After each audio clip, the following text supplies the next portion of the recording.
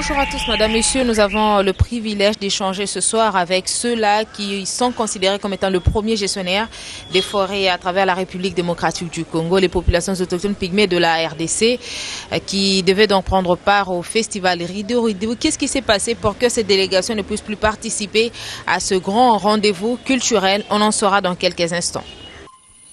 Écran vert, le portrait. Patrick Saïdi Emedi est coordonnateur national de la dynamique de groupe de peuples autochtones, DGPA, une plateforme de 43 organisations autochtones pygmées et celle accompagnant les autochtones pygmées établis sur l'étendue du territoire national. Initiateur du processus de la proposition de loi en faveur de peuples autochtones pygmées en RDC, ce diplômé de l'Institut supérieur de sciences et techniques appliquées est aussi reconnu comme étant un défenseur acharné de la sécurisation de terres et espaces qu'occupe ou utilise le peuple autochtone pygmée en RDC. Organisateur de festivals internationaux sur la diversité culturelle autochtone et le partage d'expériences, Patrick Saïdi a aussi dévoilé son savoir-faire lors de l'édition 2015 du Festival international de population autochtone pygmée en RDC. C'est licencié en informatique de gestion et auteur de plusieurs articles et publications, voire IWGIA, sur la question autochtone au niveau de la sous-région et au niveau national, revue Rabat. Patrick Saïdi a participé à plusieurs rencontres internationales et régionales sur le droit de peuples autochtones, la défense de leurs terres et promotion de leur culture. Le lauréat du prix Équateur en 2015 avec la DGPA sur la justice environnementale et la sécurisation de droits des communautés est notre invité.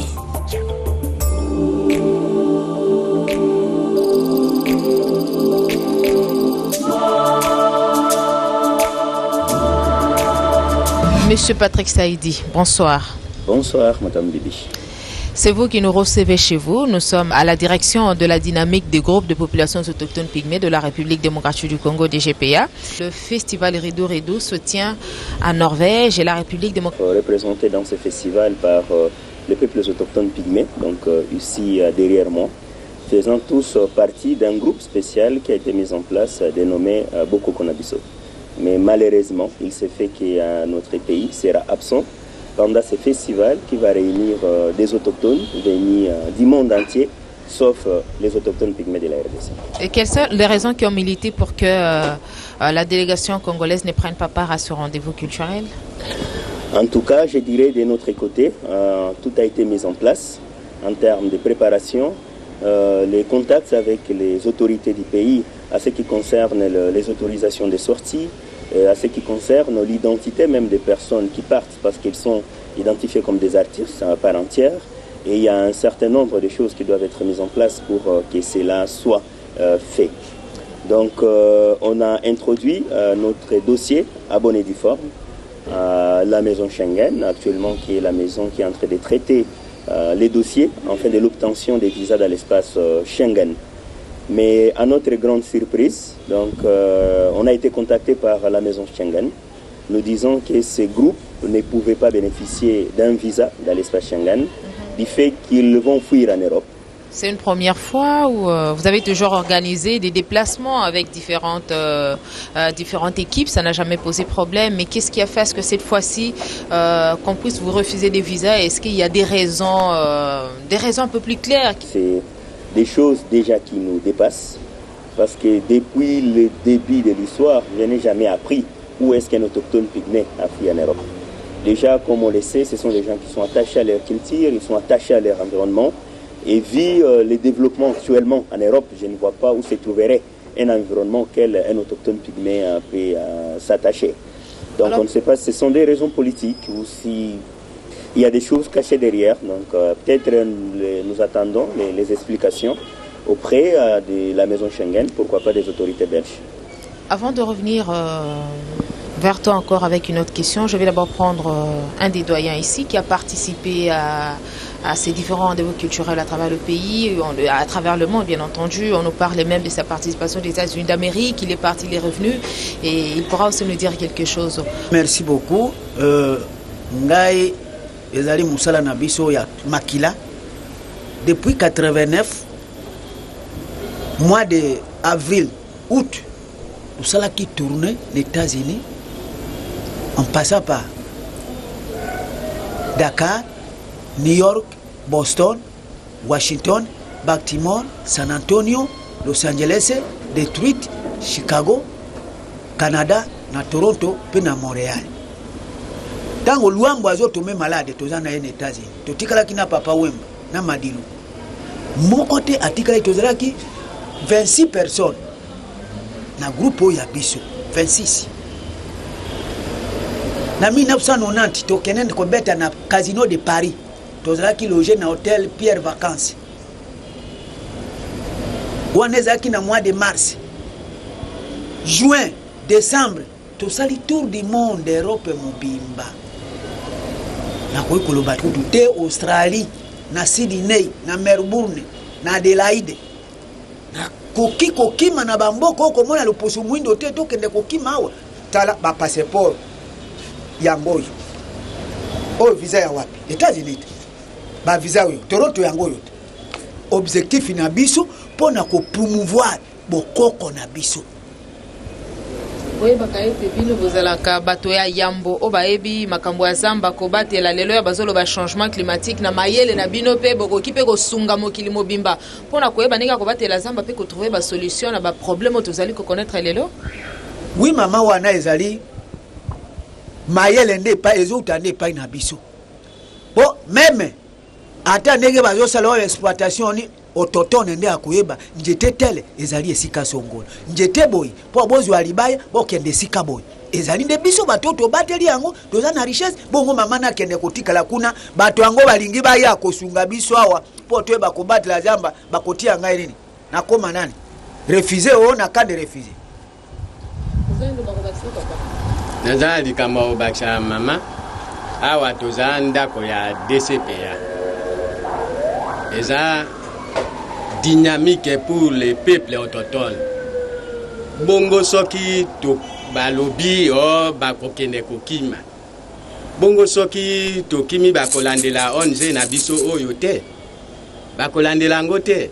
Oke biso ba pigment okenda na mokili ya poto to kima. Tozala kape na bande kuna te.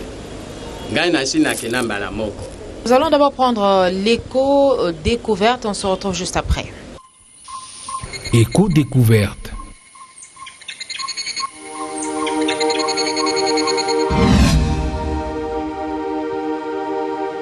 Appelé Fumbwa en République démocratique du Congo, en latin Nyetum africanum, sont des légumes verts à haute valeur nutritive. Riches en protéines qui se trouvent en Afrique centrale, c'est l'un des rares légumes les disponibles tout au long de l'année. Le Nyetum afritum est une plante de la forêt tropicale du bassin du Congo, du genre Nyetum. La plante est également gastronomique camerounaise et Fumbwa ou coco dans la cuisine congolaise. Le Fumbwa sont des lianes sarmenteuses ou grimpantes, à tiges souvent remplies au nœud et ramifiées sans canaux récinifères. Elles sont diodiques. Les feuilles sont opposées à limbes, larges, ovales ou elliptiques, retrouvées dans la flore du Congo, dans l'inflorescence mâle de Nyetum africanum. Les fleurs sont serrées les unes les autres et régulièrement reparties, et le diamètre des entraîneux et l'épi mâle est faible et approximativement le même sur toute la longueur. Le Fumbwa tolère pour son développement et sa croissance les habitats de moyenne altitude, surtout les écosystèmes forestiers terrestres qui vont de jachères forestières aux forêts en passant par les forêts secondaires et les galeries forestières. Dans ces habitats, les lianes de Nyetum SPP apparaissent sous forme de buissons autour des pieds d'arbres ou d'arbustes, ou croisent leurs tiges volubiles grimpantes sur les divers supports rencontrés ou s'étalant sur la surface du sol. Ces plantes sont sans pervirantes et s'adaptent même dans des conditions difficiles du milieu grâce à des réserves stockées dans leurs racines souterraines ou tubercules. Patrick Saïd, il y a encore une autre question. Aujourd'hui, est-ce que vos invités, vos partenaires se sont également impliqués pour que la République démocratique du Congo soit valablement représentée, même au niveau de l'ambassade? Vous savez toujours qu'ici, l'octroi des visas, des fois, pose des sérieux problèmes et tout ça. Et comment ça s'est passé? Et quand vous leur avez passé cette nouvelle, si bien entendu vous étiez déjà impliqués, c'était quoi leur réaction? Donc la réaction, c'était tout simplement la surprise. Donc comme vous venez de suivre ces messages qui font mal au cœur, et même au niveau de la Norvège, il y a eu des conférences de presse qui ont été tenues et par nos partenaires, mais aussi par le gouvernement norvégien qui était surpris de cette décision. Comme dit, ce n'était pas tout simplement le festival. Les autochtones que vous voyez ici devraient être reçus au Parlement norvégien, déjà pour échanger avec eux sur les initiatives en cours dans notre pays.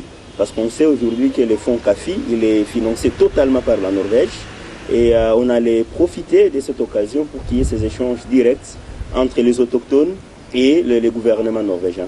Mais c'était aussi l'occasion pour les autochtones d'informer les citoyens norvégiens sur ce qui se passe dans notre pays, sur les initiatives en cours, mais aussi sur l'importance de les rapports. Les initiatives portant? Donc les initiatives portant la protection de la forêt, parce que le fonds CAFI, effectivement, c'est un fonds qui amène le gouvernement congolais dans la phase d'investissement. Et c'était déjà l'occasion que les premiers concernés, donc le premier protecteur, puissent quand même faire passer des mots de l'importance du fonds des Norvégiens dans notre pays. Il y a eu des lettres, des correspondances qui ont été adressées à la maison Schengen jusqu'à la prise en charge totale au cas où un autochtone fouillait en Europe.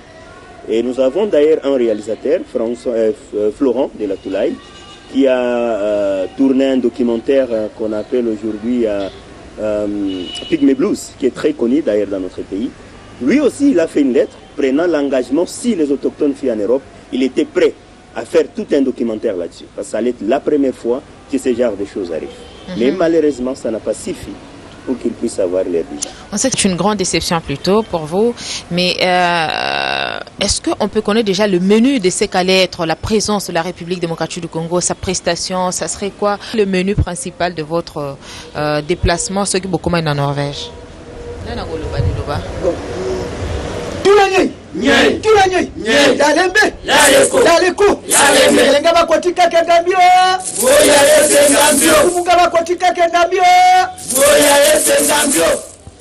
Mama ezali malamu ya kozala na bisika pe ya bongo eza malamu ezali échange culturel. C'est que biso tolingaki tolakisa boyebi oyo ya biso ndenge tosalaka pêche, ndenge tosalaka chasse, ndenge pe basi basalaka pêche, nde eloko tolingaki na ba atelier, na ba échange culturel, na ba répétition, biso pe tolakisa bango pe ndenge pe tobatela kazamba. Nde yango wana mama. Mikolo nao ya lutte contre le changement climatique bozaki pe na makanisi wana tozalaki na makanisi wana ya kokende kopesa message la kolakisa tina ya nzete ezali nini, importance ya nzete ezali nini, nzete eza na biteni boni esengeli tobatela nzete nde eza na kati ya zamba. Je vois qu'il y a aussi des dames. Moi, on dira que la parité a été respectée. On sait qu'il y a 2 dames qui représentent les autres qui ne sont pas avec nous ici. Mais est-ce qu'il y avait également un menu spécial par rapport aux femmes? Effectivement, je pense que peut-être elles vont dire un mot. Parce que déjà dans la préparation, il y avait des activités réservées aux femmes, mais il y avait aussi des activités réservées spécifiquement aux jeunes. Parce que pendant les festivals, il y avait plusieurs catégories. Des gens qui devraient être représentés, les conférenciers, sur le plan d'échange culturel, les partages de connaissances en termes d'activité, en termes de l'importance de la forêt, mais aussi le rôle que la femme joue dans la préservation en fait, de ces méga biodiversités. Maman, est-ce qu'on peut connaître aujourd'hui le menu des femmes par rapport à cette participation, par rapport à ce festival? Biso basi tolingaki tokende kosala pêche. Mibali, mitambo ya banyama, bafresi ya banyama, mais likambo yango pe ndenge tosalaki te tokende mais bakonzi ya mboka pe bakale biso ndenge pe eza wana totiki te sengele te feti pe ezalaka awa na Kisasa mokili bamboka nyonso bayaka na Kisasa biso mpe tosala nini abimisa mpe biso bongo mabe bamonaki ndenge nini. Et Yebaniete, vous êtes parmi les premiers gestionnaires des forêts. Bozana boye bimingi na makambota lizamba. Et loko nini obino bozala ki kokende nango ya kokabolana baninga ya bamboka misusu. Biso bana mike tulingai tokende kobina na bango mabina ya biso ba jeune o tobina na mboka. Tu prepara ki aron nyonso to lakisa bango pe ndenge totambolaka na zamba nande banyataka sende na zamba. So moni sende na se chali kolobwe nyatabwe okoleka sende wana tunga to partager na bango makambo wana nyos mais maison Schengen nde asali biso ke moyen to lakisa su sende ngo ezati to katani ndeko no pasa ile bakobakisa ngai kana ke lakisa bango ndi na bomaka nyoka moyen pene lakisa bango biso ezati ne kasiyo bomaka nyoka ngonde na bomaka nyoka na eloko moko ya muke kaka eloko moko ya libanga. C'est intéressant vraiment. Et là, comme on a libanga, je ne sais même pas comment interpréter ça parce qu'on n'a même pas vu. Autant bola qui peut la bilo qu'on a sauté sur autant bola qu'on a autant sonné betoka qui peut comment on a coyé bananenge ni no bomakanyo kala la katia zamba. Bon, c'est Peli Makasi. Patrick, on va encore prendre une autre rubrique qu'on appelle l'éco-créativité et on va se retrouver juste après ce petit élément, ce petit extrait. Éco-créativité. Nete oyanga oyo soki na loni yango nakosala une semaine chaque jour nazo boaka mbai après yango et s'établir et bandi ko bima déjà na nini ya bien soko lingo batela jardin na yo zalaka mbaye ko za négligente ya mai na chaque jour tango yo koya oye na jardin na yo olongoli ba mauvais herbe nyonso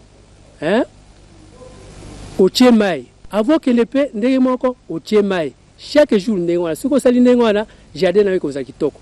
Il y a les populations autochtones pygmées qui sont avec nous, qui nous entourent. Et ce festival, donc, la délégation congolaise était composée au fait des différentes délégations. Donc, vous avez pris les meilleurs par province qui devaient représenter la RDC, c'est ça? Oui, donc on a pris le meilleur des meilleurs. Parce que, comme vous le savez, il y a plusieurs ballets autochtones qui existent, même ici à Kinshasa. Et l'objectif, c'était vraiment de mettre en place un groupe d'experts dans ces danses et dans le partage culturel pour une meilleure représentation de la République démocratique du Congo. Mais cela étant, comme ils l'ont dit, donc de toute façon, ce n'est pas un élément de découragement pour nous, parce que je crois qu'on va mettre en place une série d'activités et faire vivre aux Congolais ce que le public norvégien allait vivre à travers cet événement. Parce qu'il était déjà prévu qu'il y ait des étapes de restitution, et je crois que c'est peut-être ce qu'on va faire, même si nos amis ne sont pas partis en Norvège. Et est-ce que ces situations nous renvoient à reparler aujourd'hui de la loi apportant protection et promotion des droits spécifiques des populations autochtones pygmées qui se trouvent jusqu'ici au niveau du Parlement? Oui, effectivement, parce qu'on ne sait pas si le refus des visas est lié peut-être à leurs origines. C'est très fort de dire ce genre de choses, mais on doit quand même arriver à se poser ce genre de questions. Parce que si on dit aujourd'hui qu'on ne peut pas leur donner les visas parce qu'ils n'ont pas de moyens, on ne peut pas leur donner les visas parce que tout simplement ils vont fuir, je ne sais pas sur base de quels critères, sur base de quels éléments aujourd'hui la maison Schengen a pris ce genre de décisions qui pèsent à mon avis au moment où nos amis ont signé même des contrats dans lesquels ils devraient même être payés comme artistes au-delà de toutes les aspects. Donc une promotion pour leur permettre encore de s'épanouir davantage, mais il y a des pesanteurs qui font à ce qu'ils ne parviennent pas à émerger convenablement. Et en tant que réseau, en tant qu'organisation, donc il y avait déjà des personnes de notre organisation qui devraient les accompagner, moi y compris, et je suis l'unique personne de la délégation qui a reçu les visas, et pas tout le monde malheureusement. Et logiquement vous ne pouvez pas partir? J'ai carrément annulé le voyage parce que ça ne vaut plus la peine, ça n'a pas de sens. Je suis parti les accompagner. Et pour moi, l'objectif, ce n'est pas visiter l'Europe, c'était plus eux qui devraient aller partager leur culture. Donc, carrément, on a annulé les voyages, on a annulé les billets. Et la Norvège nous a aussi donné des personnes dont une personne qui était avec nous ici, donc Mme Mathilde, qui devrait accompagner la délégation, et une autre personne qui devrait quitter Oslo pour nous accompagner vers Ridou-Ridou. Donc toutes les dispositions ont été prises afin de garantir en fait une bonne marche de l'activité, mais aussi le retour de l'équipe ici au niveau de Kinshasa. Alors Ridou-Ridou s'est raté pour cette année 2017 et je parlais de cette loi, où est-ce qu'on en est aujourd'hui? Si les gens cherchent à comprendre quelque chose, qu'est-ce qu'ils peuvent comprendre de cette loi qui a été proposée il y a de cela 3 ans aujourd'hui au niveau du Parlement congolais? Mais c'est ça aussi, parce qu'il faut que notre pays arrive aussi à prendre des initiatives spécifiques qui peuvent inciter les autres pays. Parce que si déjà dans notre pays on n'a pas une considération spéciale vis-à-vis de ces peuples, vis-à-vis de ces gardiens des forêts, comment voulez-vous que les autres pays les considèrent ou les raccordent une particularité quelconque? Donc on sait tout simplement que l'autochtone Pygmée n'a rien, et une fois il est à l'Europe, comme c'est le paradis, donc il ne rentrera pas. Voilà pourquoi on a mis en place cette initiative de proposition de loi qui visait entre autres la promotion culturelle des peuples autochtones pygmées, mais aussi leur protection spéciale par rapport à tous les abus, par rapport à la discrimination, par rapport à cette marginalisation qui est devenue les lots au quotidien de ces peuples. Donc dans cette proposition de loi, la partie promotion culturelle cadre bien avec cet événement qui vient d'échouer, mais malheureusement, jusqu'au jour d'aujourd'hui, la loi se retrouve toujours au niveau du Parlement. Les débats qu'on a entendus, ça fait plus de 3 ans, n'arrivent pas. Et c'est la même chose quand on pose la question au bureau du président de l'Assemblée nationale. Qu'est-ce qui fait que notre pays, aujourd'hui, n'est pas à mesure de discuter autour de cette initiative? On te dit, il n'y a rien qui empêche. Mais pourquoi on n'arrive pas à inscrire la proposition au niveau du débat? Ce ne sont pas les enjeux politiques qui priment jusqu'ici, non? Oui, ça doit être les enjeux politiques, mais on commence aussi à réfléchir autrement, parce que de toute façon, aujourd'hui, nous savons que la plupart des députés nationaux qui sont au niveau de l'Assemblée nationale viennent aussi effectivement des provinces forestières. Est-ce que ce n'est pas parce qu'ils se sentent plus concernés par les problèmes que la solution qui fait qu'on n'arrive pas à débattre autour de cette proposition de loi? On ne sait pas, mais je pense qu'il est temps qu'on puisse se caser quelque part, qu'on puisse évaluer quand même le processus. Parce que lors du discours du chef de l'État, qu'elle a fait le discours sur l'état de la nation, pour la première fois, j'ai suivi dans son discours, il parle des peuples autochtones pygmées, en faisant allusion à la situation qui se passe au Tanganyika. Mais déjà le fait qu'on reconnaît ces peuples comme les autochtones pygmées dans notre pays, pourquoi on ne fait pas leur accorder ces statuts spéciaux qui passeraient effectivement par l'adoption d'une telle loi qui consacrerait ces statuts-là? Parce que c'est déjà reconnu, les autorités l'ont répété, et le chef de l'État l'a répété aussi dans son discours sur l'état de la nation. Pensez-vous que l'adoption de la loi est la seule solution propice par rapport aux problèmes spécifiques que connaissent les autochtones pygmées de la RDC? Non, donc l'adoption de la loi n'est pas la solution donc idoine par rapport à cette situation, mais pour nous c'est ça la base. C'est vraiment d'abord la base, parce que pour nous, il faut déjà qu'il y ait ce cadre juridique autour duquel on doit référer toutes nos actions. Parce donc comme un socle, quoi, un fondement. Comme carrément un fondement de toutes nos actions, parce qu'il y a des actions spécifiques qu'on cherche des fois à mener en faveur des peuples autochtones pygmées, mais on te dit que tu ne peux pas les faire parce que la loi ne t'y autorise pas. Et ailleurs où la loi a été promulguée, est-ce que les choses ont changé? Donc, si on parle par exemple des Samis aujourd'hui, on parle des Samis en Norvège, on parle des Maasai par exemple au Kenya et ailleurs. Si par exemple la loi bien entendu a été promulguée, est-ce que la situation a réellement changé? Est-ce que la promulgation de la loi permet de changer la situation, de renverser la tendance? Parce que je pense que si nous parlons déjà de la Norvège en faisant allusion aux Samis, actuellement, il y a déjà des cadres qui sont mis en place et qui permettent à ces peuples de discuter de leurs propres problèmes et de voir comment faire des suggestions au niveau du gouvernement central. Et là, il parle d'ailleurs d'un parlement Sami. Donc, qui n'a rien à voir avec notre parlement comme on les connaît, mais c'est un cadre spécifique où ces peuples discutent de leurs problèmes spécifiques.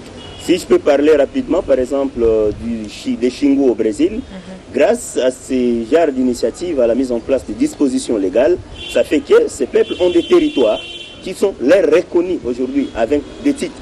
C'est la même chose avec les Maasai, où par exemple on prend les Maasai, les Aztèques au niveau du Kenya, où il y a eu déjà la rétribution des terres qui ont été retirer à ces peuples parce qu'ils ont souffert aussi de la spoliation de leurs terres, de l'accaparement de leurs espaces. Mais aujourd'hui, le gouvernement est dans un processus où il est en train quand même de redonner ces terres à ces peuples-là. Il y a même les expériences par rapport aux fonciers qui sont également partagés avec les pygmées autochtones du Sud Kivu, par exemple, avec le processus Wakatane qui est également appuyé par le FPP pour différentes populations autochtones qui sont sous-estimées, si pas marginalisées dans leur pays. Oui, effectivement. Et si tu vois, par exemple, si on prend toutes ces initiatives au niveau de Bukavu, mais quand on revient au niveau national, tu vois que déjà ces particularités ne sont pas prises en compte dans la législation nationale.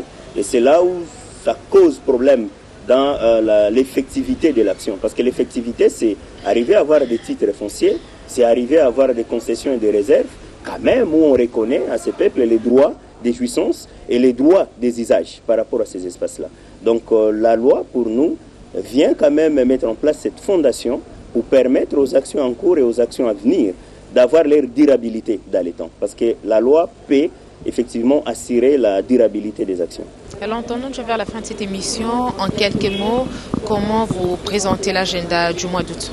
Donc déjà, d'ici le mois d'août, on va continuer donc, nos préparations avec les groupes qui est ici à côté de moi, afin de faire une grande production, essayer un peu de démontrer tout ce qu'ils allaient faire là-bas, mais ça sera aussi pour nous l'occasion de lancer officiellement la préparation du festival, 3e édition, donc pour l'année 2018. Festival international, bien entendu. Festival international qui aura lieu ici à Kinshasa et auquel effectivement prend part tous les autochtones qui viennent du monde entier. Et la fois passée, vous avez dit que l'organisation de ce festival devait être rotative, donc Kinshasa, et après vous cherchez une autre province forestière. Jusqu'ici, vous n'êtes toujours pas à même d'honorer cet engagement. Ce sont les financiers qui vous contraignent au fait à rester dans la capitale ou il y a d'autres raisons bien spécifiques? Bon, il y a déjà les moyens financiers, mais pas totalement. Mais vous comprendrez que si aujourd'hui la RDC n'est pas représentée, c'est lié à toutes ces tractations au niveau, je ne sais pas si c'est politique ou au niveau diplomatique, mais ça fait que nos amis ne sont pas partis parce qu'ils n'ont pas le visa. C'est souvent aussi le cas pour quelques délégations qui vivent aussi en RDC. Okay. Ce n'est pas déjà facile de faire tous venir ici à Kinshasa et encore plus difficile de les ramener tous dans une province de la République. Donc il y a tous ces aspects, mais aussi les aspects logistiques à prendre en compte en fait, pour que cela soit effectif, peut-être lors de la 4e édition. Merci. Il nous reste encore une rubrique. On va d'abord prendre les coques. On va passer à l'idée pour la planète. Donc, ça sera vous. Vous allez parler de votre idée. Déjà que vous faites entourer des populations autochtones pygmées. Déjà qu'il y a un problème. Déjà qu'il y a encore une forme de discrimination. Ça dépendra de vous. Le message que vous aurez adressé aux téléspectateurs qui vous suivront à travers cette émission et qui vous suivent d'ailleurs en ce moment ou ceux-là qui vous prendront encore des diffusions. On prend l'éco-concept. Concept vert.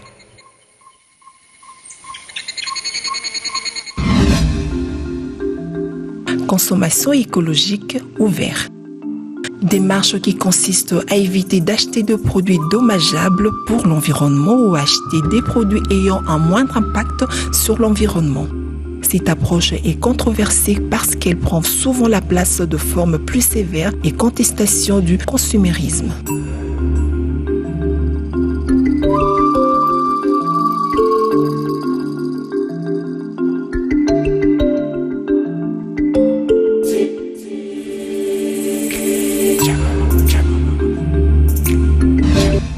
Merci, merci l'équipe, merci également à vous Patrick et les habitués des grands versables. Lorsque je soulève ce carnet, c'est pour dire que nous avons besoin d'avoir votre idée pour la planète et c'est par cette rubrique que nous allons terminer notre émission. Encore une fois, merci d'avoir disponibilisé de votre temps pour échanger avec nous ce soir.